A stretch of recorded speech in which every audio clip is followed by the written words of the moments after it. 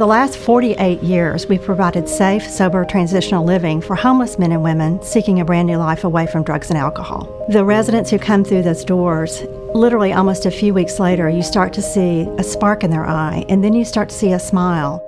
I was there the very first day when Angela came in through the doors, and I got to see the transformation in her life. I went through losing my children. I eventually ended up homeless. I remember the first time I actually walked through the doors and walked into the office, I felt something that I hadn't felt in years. It gave me friendship and fellowship. I didn't feel alone anymore. I was restored with my children. I was restored to sanity. And all that started when I first walked through the doors there.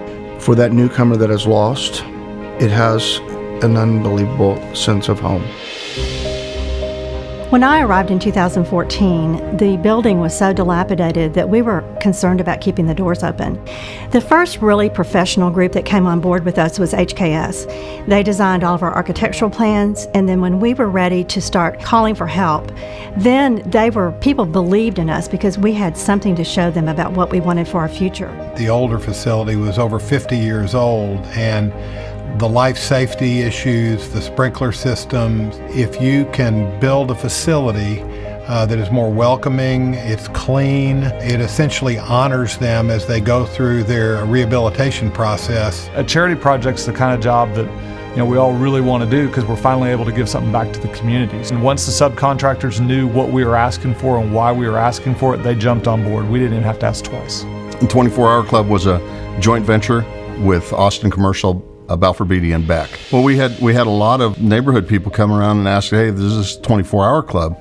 And we said yes, and it would get a little emotional at times, but some of these guys just break down and say, this place saved my life 10 years ago. What is amazing is when they're going to pour concrete, and then you have one of the gentlemen pouring the concrete that used to live at the 24 Hour Club. He said, now I've got a house, family, kids in college. He said, life's good.